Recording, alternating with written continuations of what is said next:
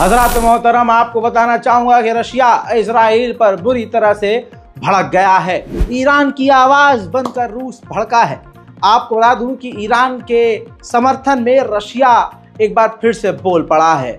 रूस के विदेश मंत्री सरगेई लावरोव ने बुरी तरह से अपना गुस्सा इजराइल पर निकाला है और कहा है कि जिस दिन ईरान के राष्ट्रपति का शपथ ग्रहण था, उसी दिन ईरान के स्पेशल गेस्ट इस्माइल हानिया को कत्ल करके इजराइल ने ईरान को भड़काने की कोशिश की है।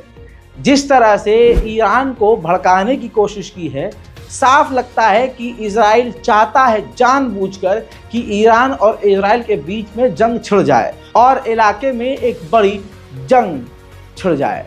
उन्होंने ये भी कहा कि इस्माइल हानिया को कत्ल करके इजराइल ने ईरान को पूरी तरह से भड़काया, लेकिन ईरान नहीं भड़का। ईरान ने अपने दिमाग का इस्तेमाल किया और ईरान ने प्रॉब्लम के सॉल्यूशन की बात करी।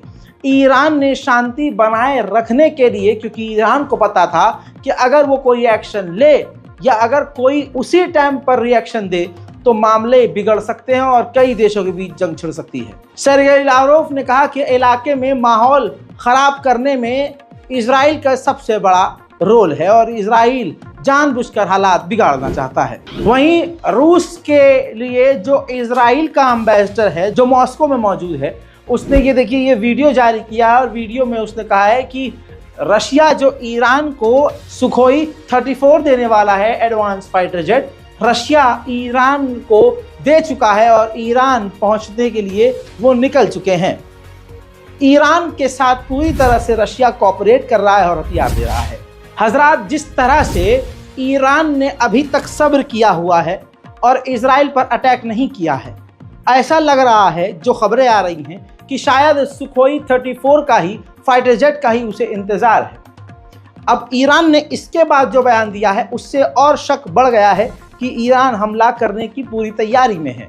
ईरान ने कहा है कि हमने पूरे ईरान में अपने एयर डिफेंस सिस्टम तैनात किए हुए हैं और हम पूरी तरह से तैयार है। और तैयार किसके लिए हैं, मुझे उस पर एक्सप्लेनेशन देने की जरूरत नहीं है। कल के अपडेट में मैंने बताया था, जिसमें ये 6 इजरायली हॉस्टेज हैं, इनकी लाश इजराइल को मिली है।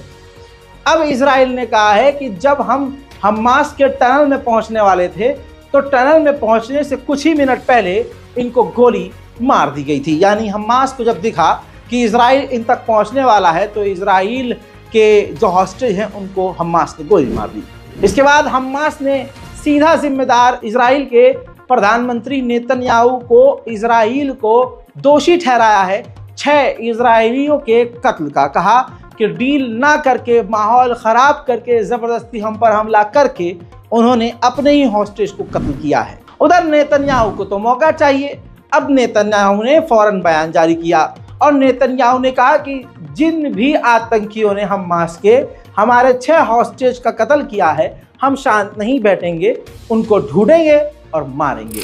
जैसा मैं आपको रोज बता और आपका ध्यान यहाँ लेके जा रहा हूँ कि गाजा तो गजा, फिलिस्तीन को भी इजराइल अब कब्जा रहा है। वेस्ट बैंक और जनीन जो एक पूरा बड़ा इलाका है और काफ़ी फेमस और बड़ा खूबसूरत सा शहर है, उस जनीन के अंदर रेड कर करके इजराइल ने पूरी प्लानिंग के तहत जनीन की 70% रोड्स को यानी सड़कों को तबाह कर दिया है।